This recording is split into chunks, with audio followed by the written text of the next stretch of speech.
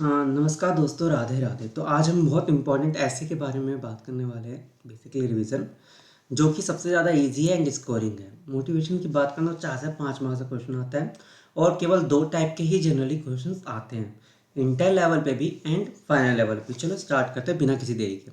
तो सर क्या क्वेश्चन आते हैं ऐसे 505 पे? तो क्वेश्चन नंबर 1 क्या होगा? सर लेट सपोज कोई ए लिमिटेड कंपनी है, ठीक है।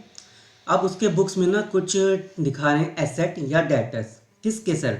बी लिमिटेड के, मतलब बी लिमिटेड के पास कुछ एसेट रखे हुए हैं या डेटर आउटस्टैंडिंग है। लेट सपोज जो क्वेश्चन आता है जनरली 1 लाख रुपए का। तो सर एज ए ऑडिटर आपकी रिस्पॉन्सिबिलिटी क्या होगी सर कंफर्मेशन लेने के लिए, सर ये आउटस्टैंडिंग ठीक है या नहीं है। दूसरा जो क्वेश्चन बन के आता है वो बन के क्या आता है, सर ए लिमिटेड का आप ना चले गए इसके पास लेने, लेकिन जो ए लिमिटेड है ना उसने क्या बोला, रुक जा ऑडिटर रुक जा, इतनी जल्दी क्या है, नहीं लेना कंफर्मेशन। अब उसने ना कई सारे आपको रीज़न देगा, सर हमने ऑलरेडी लीगल केस फाइल कर रखा है ये डेटर आउटस्टैंडिंग लिए, क्योंकि इसकी नीयत हो चुकी है ख़राब बी लिमिटेड की, इसलिए वो देना नहीं चाहता। और जो हमने सू करा ना उसके बस वो अभी हाई कोर्ट में पेंडिंग है और हाई कोर्ट का भी ना उस पर जजमेंट आना बाकी है। तो 2 केस आपको बता दिए, 2 क्वेश्चन आते हैं। अब वो आप डील कैसे करेंगे एंड उसका आंसर कैसे फ्रेम करेंगे, इन दोनों क्वेश्चन को याद रखना, क्योंकि अब आ जाते हैं पेपर पॉइंट ऑफ व्यू से, जो कि बहुत ज़्यादा इंपॉर्टेंट रहता है। तो ये मैंने समझाया था। पहले हम क्या लिखते हैं सर? सबसे पहले हमें लिखना होगा सर इस ऐसे का नाम। सर क्या है ऐसे का नाम? तो ऐसे का नाम सिंपली है सर ऐसे 505, वो लिखेंगे एक्सटर्नल कन्फर्मेशन, ठीक है। एक्सटर्नल कन्फर्मेशन लिखने के बाद हम लिखेंगे सर स्कोप। स्कोप क्या है इस ऐसे का? तो दिस ऐसे deals with the auditor use of external conformation procedures.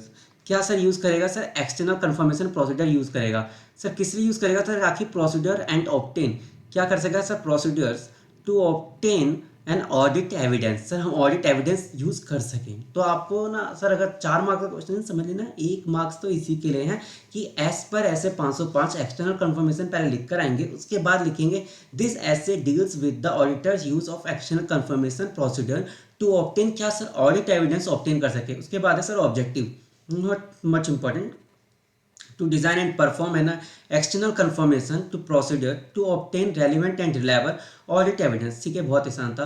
अब इसके बाद आते हैं एक्सटर्नल कन्फर्मेशन प्रोसीजर। सर हमारे एग्जांपल में सर एग्जांपल हमें याद होगा तो हमने क्या एग्जांपल रखा था? सर एग्जांपल सिंपली था सर हमें जो है 1 लाख का सर डेटर आउटस्टैंडिंग था, तो हमें उसके लिए कन्फर्मेशन लेना था।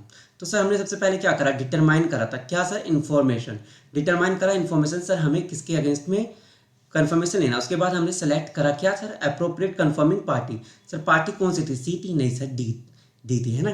डी नहीं थी सर, बी थी, बी लिमिटेड। हमने क्या करा सर? सेलेक्ट करा पार्टी जिससे हमें कंफर्मेशन लेना। उसके बाद डिजाइन करा, जो सर इन्फॉर्मेशन हमने जो चिट्ठी भेजी है बेसिकली वो था, और चिट्ठी भेजी भी तो थी, मतलब सेंड करा। तो हमारे जो प्रोसीजर्स क्या थे? 4 मार्क्स का question, determining select design and sending, determining select design and sending, determining select design and sending. Determining में क्या था? इन्फॉर्मेशन डिटरमाइन करा जो हमें चाहिए था, सेलेक्ट करा पार्टी जिससे हमें कंफर्मेशन लेनी थी, बी लिमिटेड, डिजाइन करा the confirmation request and then उसको सेंड कर दिया। अब हमारा जो थर्ड क्वेश्चन जो आया था वो था क्या? मैनेजमेंट ने क्या करा सर? मैनेजमेंट ने बोला नहीं भाई नहीं, हमें नहीं भेजना। लेकिन क्यों नहीं भेजना? मैनेजमेंट क्यों चाहती है? इंक्वायरी करो, इंक्वायरी करो management as to management reason for the refusal. Refusal का रीजन क्या है? रीजन फॉर द रिफ्यूजल है क्या basically? And seek the audit evidence as to their validity. Validity को हमें देखना होगा सर वैलिड है नहीं है। उसके लिए क्या करेंगे सर? इवैल्यूएट करेंगे। सर इवैल्यूएट करेंगे इम्प्लीकेशन होता है मैनेजमेंट रिफ्यूजल्स। मैनेजमेंट का रिफ्यूजल को हम ना इवैल्यूएट करेंगे and the relevant risk of material misstatement. Relevant risk of material misstatement देख लेंगे, including the risk of fraud. तो नहीं है सर, 1 लाख रुपए का बैलेंस था वो आउटस्टैंडिंग था। सर आपने विंडो ड्रेसिंग कर रखी हो ताकि आपकी बैलेंस शीट अच्छी लगे और आपको इन्वेस्टर से जल्दी पैसा मिल जाए शार्क टैंक में जाके। सर ऐसा तो रीज़न तो नहीं था, हमने देखा था सर लीगल केस था वो वैलिड है, हाई कोर्ट में पेंडिंग है, तो परफॉर्म कर सकते हैं अल्टरनेटिव ऑडिट प्रोसीजर। हाँ सर हम अल्टरनेटिव ऑडिट प्रोसीजर तो परफॉर्म कर सकते हैं। सर हम अल्टरनेटिव ऑडिट प्रोसीजर कैसे ऑब्टेन करेंगे? सर लीगल केस है तो हमारे पास सर वो होगा ना सर, जो हमने उसको सू करा था तो उसकी डिटेल होगी, हम देख लेंगे एडवोकेट की डिटेल, लीगल केसेस की डिटेल्स क्या क्या है, वो अमाउंट चेक कर लेंगे एंड देन खत्म। अब ये हो गए 2 क्वेश्चन जिस पर आता है। अब आ जाते हैं टाइप्स रिजल्ट। हाँ, तो हम कहाँ पे थे, रिजल्ट देखेंगे अब उसके बाद एक्सटर्नल कंफर्मेशन का। अभी आ जाता है third category of question. Sir third category of question क्या है सर बेसिकली, एक मिनट।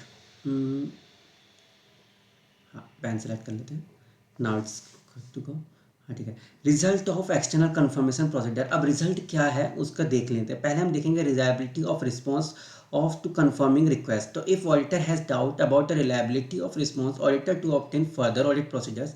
आपने एक्सटर्नल कंफर्मेशन मंगा लिया, इसका मतलब ये नहीं है कि आपकी ड्यूटी खत्म हो गई सर, नहीं। आपको सर ये भी हो सकता है कि सर वो रिलेटेड पार्टी हो, आपको ये भी डाउट हो सकता है कि सर घूस दे रखी हो उसको, पहली जो आउटस्टैंडिंग बैलेंस था 1,01,000 रुपये, तो सर उसको दे ही रखा हो। ठीक है कि आपके बुक से हम सेल कर लेते हैं ताकि हमारा जो है हम घुमा सके ट्रांजैक्शन को, इसलिए फर्दर ऑडिट प्रोसीजर्स भी आपको लगाना जरूरी है कि आगे वाले डेट में पेमेंट सही में मिली या नहीं मिली। तो इस चीज़ के लिए आपकी रिलायबिलिटी आप नहीं कर सकते, तो उसके लिए क्या है, फर्दर ऑडिट प्रोसीजर हो गया। अननोन रिस्पांस, कुछ होते हैं ना हमारे ऐसे लोग, सर रिस्पांस ही नहीं करते हैं, अच्छा चिट्ठी आई है आने दो ना, हमें रिस्पांस नहीं करना। ठीक है, अब उसके बाद when response is a positive confirmation, और थर्ड आ जाता है negative confirmation.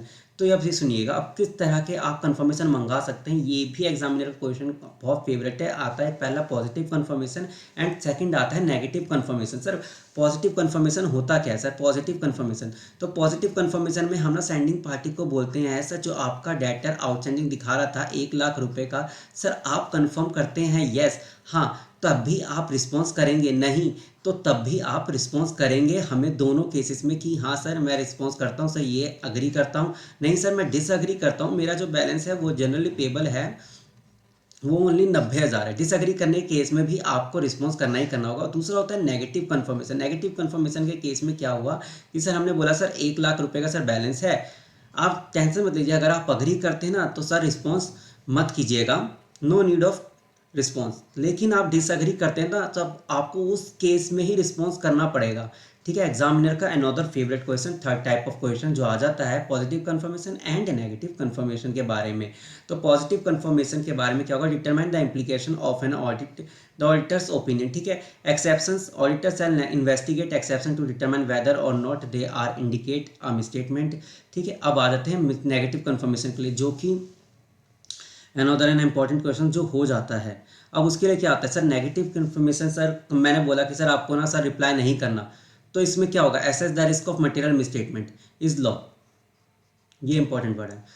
Risk of material misstatement क्या होता है सर, इसमें ना sir assess risk of material misstatement sir low होती है। क्यों, क्योंकि सर आपको रिप्लाई जब ही करना है जब आप डिसअग्री करते हैं। सर जब हमारे जब large amount of small homogeneous transaction होना, तो उस केस में भी सर ये वैलिड और सही नहीं रहता है, और a very low expectation rate is expected. क्या कि सर आपको सर उसी वक्त रिस्पॉन्स करना है जब आप डिसअग्री करते हैं, तो उसके कारण एक्सपेक्टेशन रेट सर एक्सपेक्टेड है वो वेरी लो रहती है, and the auditor is not aware the circumstances that would be cause recipient of negative confirmation request to disregard such request. ये भी हो सकता है कि आपका हमें पता ही नहीं कि वो कब डिसरिगार्ड कर रहा है, मतलब कि आपने तो ये लिख के भेजा था जब आप अग्री नहीं करते तभी आपको रिस्पॉन्स करना है। ये भी तो हो सकता है वो अग्री नहीं कर रहा था लेकिन वो गुस्से में बैठा था, मेरी तरह ही पागल हो रखा था, उसने नहीं कर रहा रिस्पॉन्स। मैं भी आपको बोलता रहता हूँ सर आपको वीडियो अच्छा लगता है जब भी आप क्या करें, लाइक कमेंट और शेयर करें, लेकिन अच्छा ना लगे तो मस्त डिसलाइक करें।